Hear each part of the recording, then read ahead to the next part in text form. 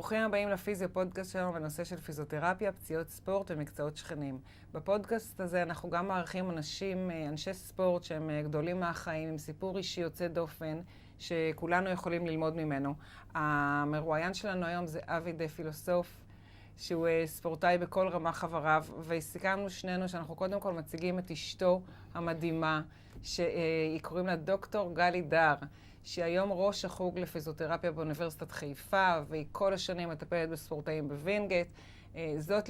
זה לא הקשר בינינו, כי זה במקרה יצא ככה, אבל גלי, אנחנו מאוד מעריכים אותה על פועלה ועל תרומתה למקצוע, וקודם כל נזכיר אותה.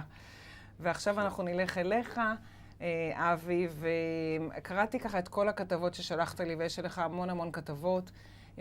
היית ספורטאי ברמה חבריך, 17 מרתונים, אז איש ספורט. לגמרי. בדם. איך אמרת לי? קודם כל אני ספורטאי, לפני הכל אני ספורטאי, זה מה שמגדיר אותי. לגמרי. ואז חווית תופת גדולה מאוד, והפכת למשותק מהחזה ומטה. כן. ועברת לשבת על כיסא גלגלים, אבל אבי לא מוותר, ואבי הוא איש ספורט וחוזר לספורט, ועובד בספורט, ויש לו קבוצת ריצה, והוא מתאמן גם לטוקיו, מנסה להשיג את הקריטריון בסוג מסוים מאוד, שהוא תכף יספר לנו של מרוץ של כיסאות גלגלים. והדרך הזאת היא מופתית. אני קיבלתי את ההמלצה על אחת הפיזיותרפיסטיות שלי, חן ברלין, שהיא אמרה לי, תקשיבי, אבי, הוא קודם כל איש מקצוע, עזבי הכל, הוא קודם כל איש מקצוע. ועכשיו בואי נלך לשאר ההישגים שלו. אבי, אני נותנת לך לבחור מאיפה להתחיל במסע הזה, לפני, אחרי, היום, מה שאתה רוצה. תתחיל אתה, תבחר. אני חושב שתתחיל מהיום. היום זה הכי חי והכי קיים.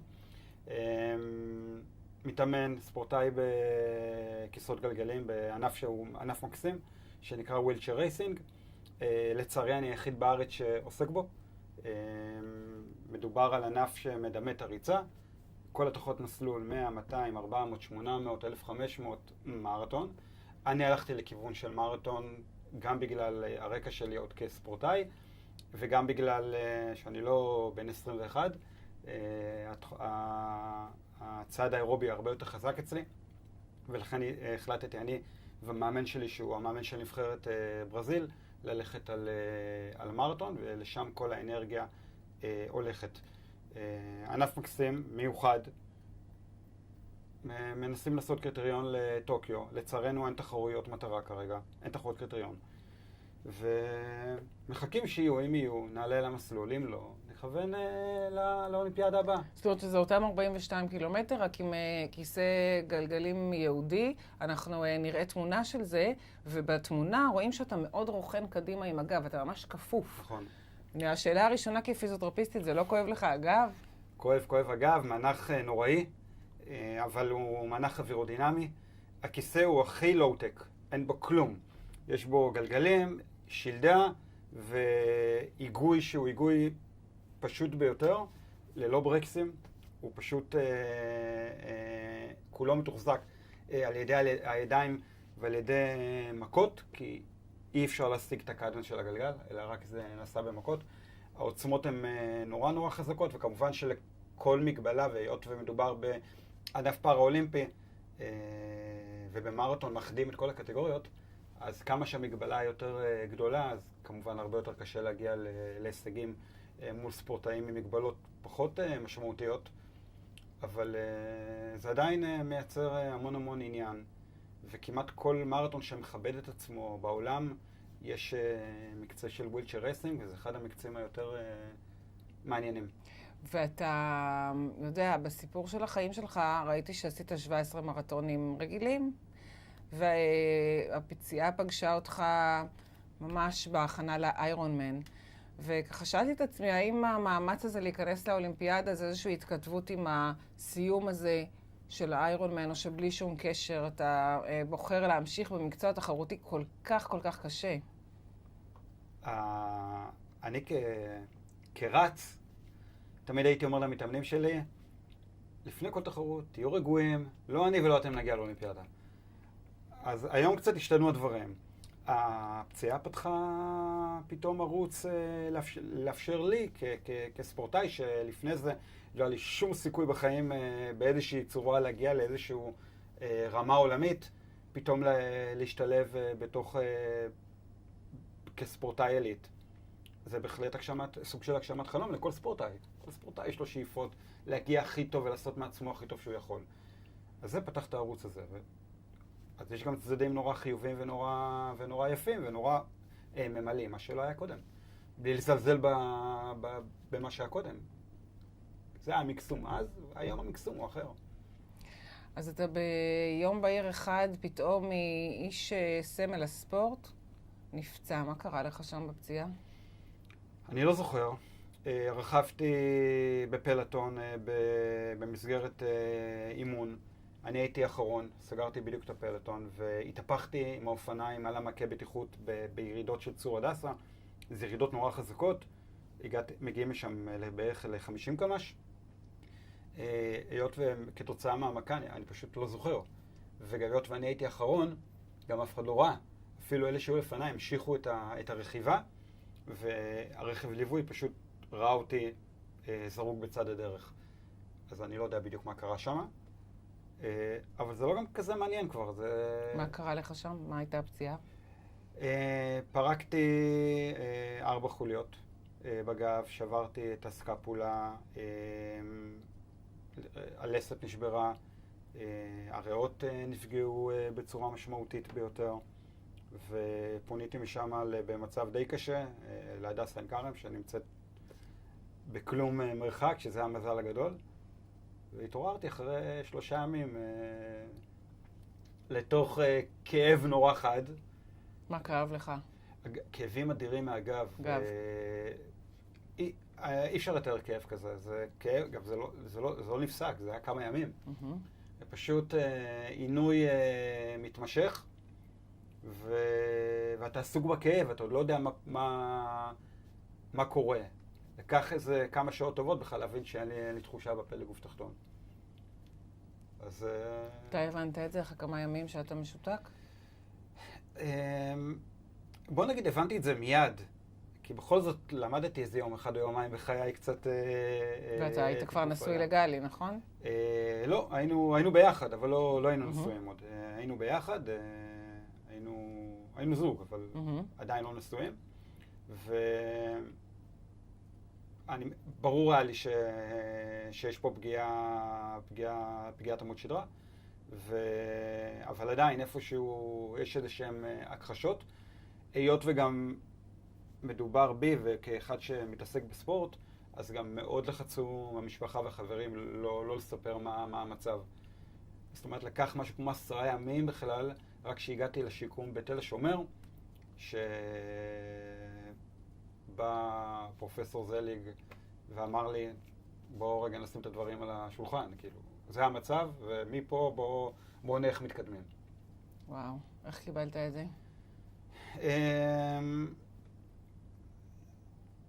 טוב, בהלם.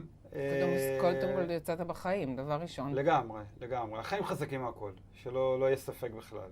אבל כאחד אני מאוד מאמין בספורט, ואוטומטית שאומרים לך, זה המצב שלך, אתה אומר, אוקיי, מפה בוא נראה איך ממקסימים את היכולת. שוב, בצורה נורא קרה היום, בדיעבד לאחור, אבל זאת הנקודה עכשיו, וממנה צריך לראות איך מתקדמים. איפשהו במחשבות תמיד אתה אומר, אוקיי, הם טועים, יש שינוי, גם זה לא חד משמעית. בוא נתקדם, נראה לאן הדברים מובילים. וכל יום שעובר בתוך מחלקת שיקום, שזאת חממה, אז הדברים שוקים. ומתי מבינים שמעכשיו החיים הם שונים? מתי באמת מבינים את זה? ביום הראשון שיוצאים הביתה. מה קורה שם? שיקום זו חממה. למה? כי מטפלים בך, אתה נמצא בפנטזיה. מאוד נחמד בשיקום. גם למי שפצוע. אתה נמצא, מטפלים בך, אתה מקבל מלא תשומת לב, מגיעים חברים, מגיעים משפחה, ישנים לידך כל יום, פיזיותרפיסטים, אתה מקבל טיפולים, פסיכולוגים, כולך כל היום עטוף, מאכילים אותך, רוחצים אותך, אתה כולך כל היום עטוף. וכשאתה יוצא הביתה, פתאום אתה מקבל את הבומבה של החיים. פתאום יש מדרכה, ופתאום אתה צריך להסתדר לבד בהרבה דברים נורא בסיסיים, כמו להתלבש או להתרחץ. שאנחנו לא סופרים את זה, כי מי שרואה מישהו על כיסא גלגלים אומר, איזה באסה, הוא לא יכול ללכת. זו לא הבעיה בכלל, הכיסא גלגלים הוא שטות. הדברים מסביב הם הדברים הקשים. מה הכי קשה? הלוגיסטיקה. המון לוגיסטיקה בכל דבר שעושים. כל יציאה מהבית, כל דבר, כל צריך להיות מחושב, מה לקחת, לאן עושים. אין ספונטניות. זה קצת איבד הכל צריך להיות מחושב ומדויק. מתרגלים? מתרגלים, כן, מתרגלים. לא אוהבים, אבל מתרגלים. כמה זמן אתה מהפציעה? 8 שנים. ומתי אמרת, אוקיי, אני כבר לא יכול לרוץ, אבל אני ספורטאי ברמה חבריי, בדיוק כמו שאמרת לי לפחות 3 פעמים בשיחות המקדימות, אמרת לי, אני קודם כל מגדיר את עצמי, יגאלי והילדות, כן. אבל ספורטאי. מתי אמרת, אני הולך לספורט? המפקד שלי בצבא, הייתי בצנחנים, המפקד שלי בצבא, דביר מור חיים, זיכרונו לברכה, נהרג בפעילות מבצעית בלבנון. הייתי קשר סמל שלו. הוא אמר לי דבר כזה, אני משלם לך בשביל לרוץ, לא בשביל לחשוב. אתה טוב בלרוץ. לקחתי את זה גם מאוד, ובאמת באמת זה היה הצד החזק שלי. וידעתי שאני משתחרר מהשיקום, לא ידעתי מה אני אעשה, אבל גם הייתי מאוד חששתי, כי אתה נפתח לחיים אחרים. אתה לומד קודם להתמודד עם המגבלות היומיומיות של איך לחיות על כיסא גלגלים. וביום שהשתחררתי, יום למחרת, זה היה יום שני, אני לא אשכח את זה, חבר מאוד טוב שלי, דן, שהוא גם השותף שלי בקבוצת ריצה, ריכז את כל הקבוצת ריצה. הוא פשוט בא בבוקר, לקח אותי מהבית, אמר לי, אתה מתחיל לאמן עכשיו, כאילו. והוא עשה את הצעד הראשון הזה. וזהו, וזו העובדה. זאת אומרת, אתה היית מאמן שלהם טרום הפציעה. 4 חודשים. משהו קרה לקבוצה הזאת בינתיים. פרקה לחלוטין. פרקה לחלוטין, ואחר 4 חודשים אתה חוזר כמאמן, אבל יושב על כיסא. מוזר, שונה. עצוב. כן, אבל זה מדהים, כי ברגע שהתחלתי לאמן, וגם היום, שעה וחצי שאני מאמן, אני לא על כיסא גלגלים. תראה, לפי הידע שיש לך, זאת אומרת, הראש לא נפגע, אז הידע אף אחד לא ייקח לך.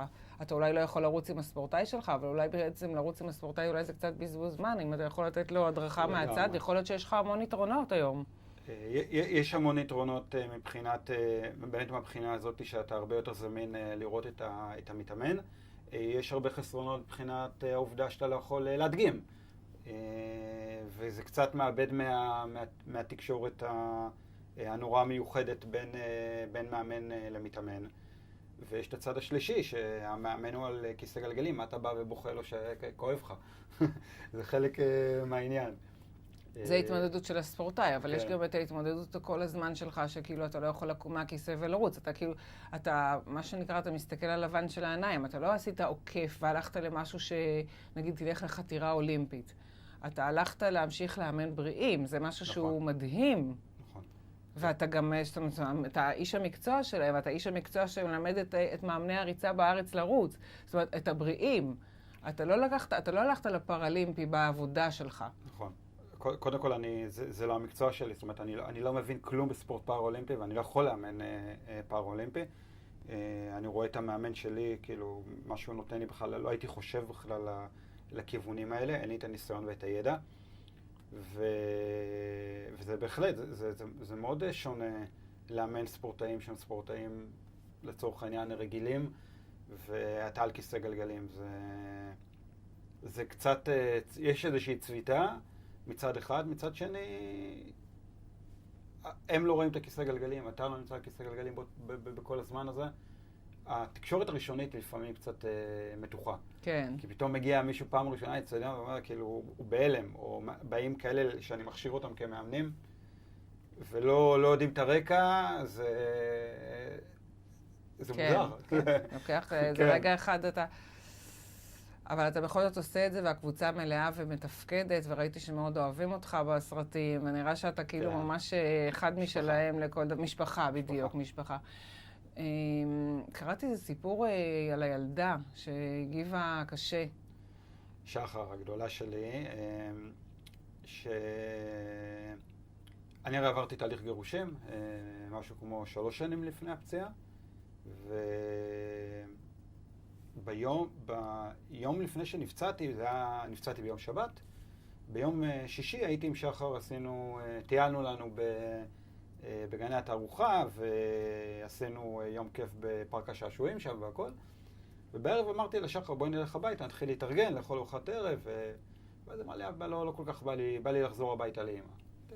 אנחנו נחזיר אותך, ותקומי מחר, ונמשיך את הפעילות שלנו. ובאמת ככה היה, החזרתי אותה, נסעתי הביתה, ויום שבת בבוקר, אמרתי, עד ששחר תתעורר ותתקשר, אני בינתיים אצא לאימון רכיבה. וזה היה הבוקר שנפצעתי. ורק אחרי, משהו כמו 3 שבועות אחרי שהשתחררתי מהשיקום, קיבלתי טלפון מהמורה של שחר, שאני צריך להגיע לבית ספר, כי שחר מרוסקת חברתית, ולא מתפקדת בכיתה, והיא שקטה, וכל יום רק יושבת ומציירת, ולא יוצאת להפסקות. וכשהגעתי לכיתה, ישבה המורה ואמרה לי, תקשיב, שחר חושבת שנפצעת בגללה. וואו.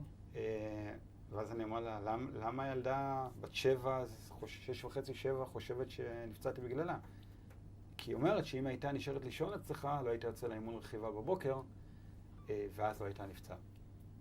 וזה אני חושב הנקודה המשמעותית ביותר בחיים שלי, מכל דבר אחר שאני זוכר, כי אז הבנתי, סוף סוף, שלא אני נפצעתי, אלא שהפציעה היא פציעה היקפית. ואני, כמו שאמרתי, קיבלתי את כל החיבוקים האפשריים, וילדה בת 7 לא קיבלה את זה. הייתה התמודדה עם זה לבד והכל, ולא רק היא. זה היא, וזה גלי, וזה החברים, וזה המתאמנים, כולם נפצעו. צריכים להבין שלא, כל הספוט תמיד הולך על הפצוע. ולפעמים דווקא גם אנחנו, אני אומר אנחנו, כי אם עוד מישהו שהוא פצוע שומע את זה, צריך להסתכל ימינה ושמאלה, ולראות שלא... יש את הסרט הזה, לא שם זין, של ליקה זוהר, ששם היחסים עם האישה הם מאוד מאוד משתנים בעקבות הסרט, אתה יודע שהדור שלנו לא יכול לשכוח את הכאב הזה. היא התחתנה עם איש בריא. ומה קרה, איזה תובנה היה לך בזכות הדבר הזה, שאתה מבין שכולם סובלים? הבנתי שאני צריך לעשות הכל, לא שלא ניסיתי קודם, אבל עכשיו זה היה הרבה יותר עם מוטיבציה והרבה יותר עם אנרגיה, להגדיר את המושג עצמאות מחדש. איך? איזה עצמאות. עצמאות. לחזור back to square one, לעשות הכל בלי שום צורך בעזרה, שלא שחר תרגיש לא נוח, ולא שגלי תרגיש לא נוח. כמובן לא הכל מושלם וטוב ויפה, אבל אנחנו נמצאים במקום אחר לגמרי, מבחינת היכולות, מבחינת זאת אומרת, תפסיק להתפנק, תחזור לחיים. כן. אבל אתה יודע, ה-DNA שלך הוא DNA מראש של מנצח. את ה-DNA, כאילו, זה לא נפל עליך ביום הפציעה. ה-DNA שלך זה 17 מרתונים, זה התאמנת לאיירון מן, והיית בכל זאת צריך פה לגייס משהו שהוא... אתה יודע, אני שואלת את עצמי, מה אנחנו יכולים ללמוד מזה? מה אנחנו יכולים ללמוד שאנחנו פוגשים קושי בחיים, שאנחנו פוגשים את המטופל שהפציעה היא לא כל כך גדולה וחרב עליו עולמו, שאנחנו נתקלם בקשיים לא רק בתחום הפיזי. ואתה יודע, לכל אחד יש את ביום בהיר אחד קרה לו משהו, אז לא כולם כזאת דרמה, אבל ביום בהיר אחד קורה משהו, והנה אתה מגלה דווקא דרך הילדה שעולם שלם חרב סביבך, ואתה חייב לקחת את זה, אבל אתה מסוגל לעשות את זה. אז אותי מאוד מעניין לדעת מאיפה הכוחות האלה לקחת את זה ולהתמודד עם זה ולנצח את זה, ועוד לא לעשות איזה דרך עוקפת, אלא להיכנס לתוך עולם הבריאים ולהיות שם, להשתלב שם בכל הכוח ולהיות מוביל בתחומך. אתה לא עוד אחד מהמאמנים, אתה המאמן.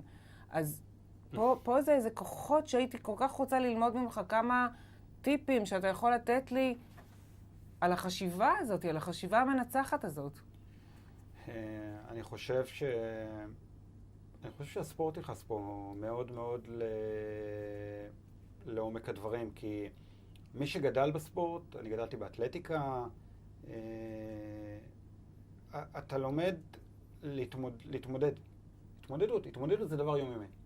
אתה מתמודד עם כאב, ספורט זה דבר כואב, בטח ריצה ובטח מרתונים. אז אתה מתמודד עם כאב יום-יום, אתה מתמודד עם לקום בבוקר מוקדם, ללכת לישון מאוחר לפעמים, אתה מתמודד עם חום ועם קור, מתמודדים יום-יום. אז הם מתחשלים.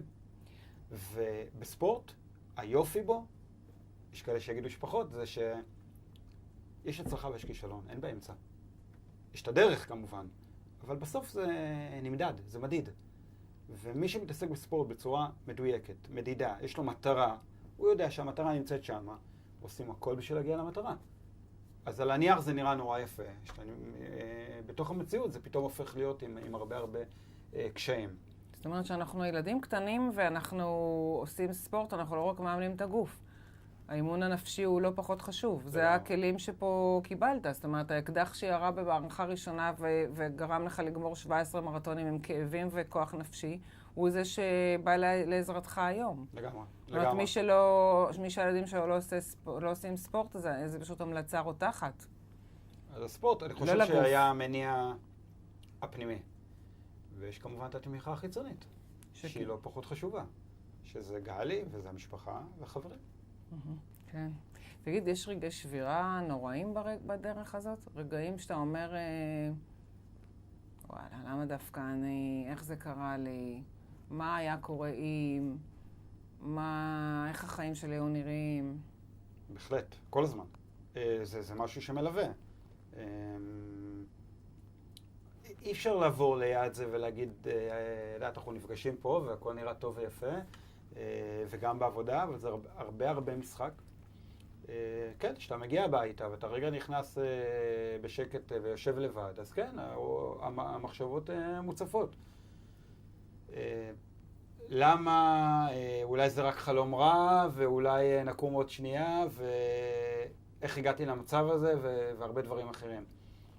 אבל אם אני אסתכל על זה במבט על, אז זה נקודות מאוד קטנות במשך כל התקופה, והרוב הוא דברים טובים וממלאים. אתה גם עושה מלא דברים, אתה פשוט עושה.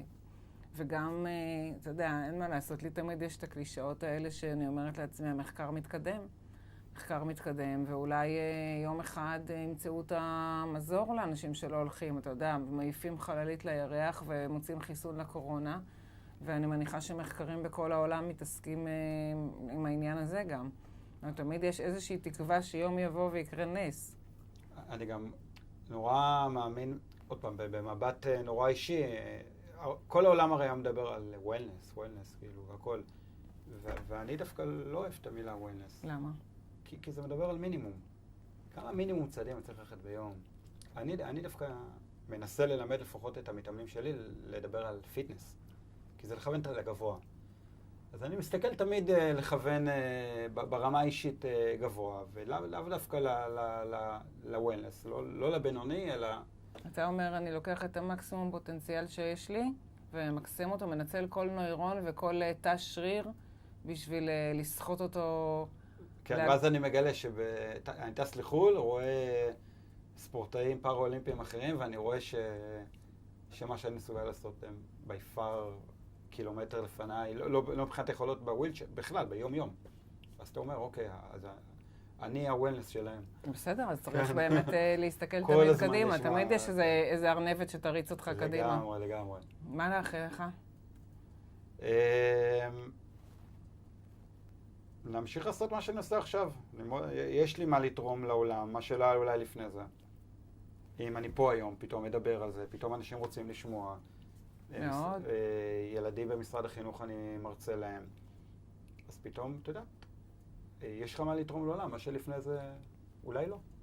אני חושבת שזה, אתה יודע, לי המפגשים האלה ממש הופכים את החיים מקצה לקצה. ואני לא מדברת בכלל על מידת הרחמים והעניין הזה שלה. אי אפשר לא להגיד, אוי, זה עצוב מאוד. אבל מה שכל כך מרשים זה לקחת את הקלפים הנתונים ולהמשיך את המשחק. ואת הכוחות נפש האלה לעשות. זאת אומרת, בעיניי תמיד זה השראה לחשיבה חיובית, לחשיבה מנצחת.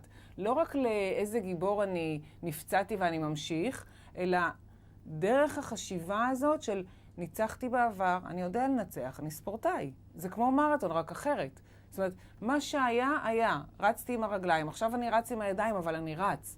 זאת אומרת, זה הדברים שהם בעיניי מהותיים במפגשים האלה. אני חושבת שאם אני נלך להמון המון אנשים שיושבים על כיסא גלגלים, לכולם יש את החיים שלפני ואחרי, ותמיד אתה נופל מהרגליים, מהעצב ומההשראה לתקומה. אבל באנשים כמוכם, כמוך וכמו מורן סמואל ואחרים ומפורסמים בתחומם, זה המקום הזה של לא רק הסיפור הטרגי, אלא על ללמוד ממכם את דרך החשיבה, להשתמש עם כל נוירון ועם כל תא שריר שנותר ולמקסם אותו. וזה דוגמה לכולנו. תודה.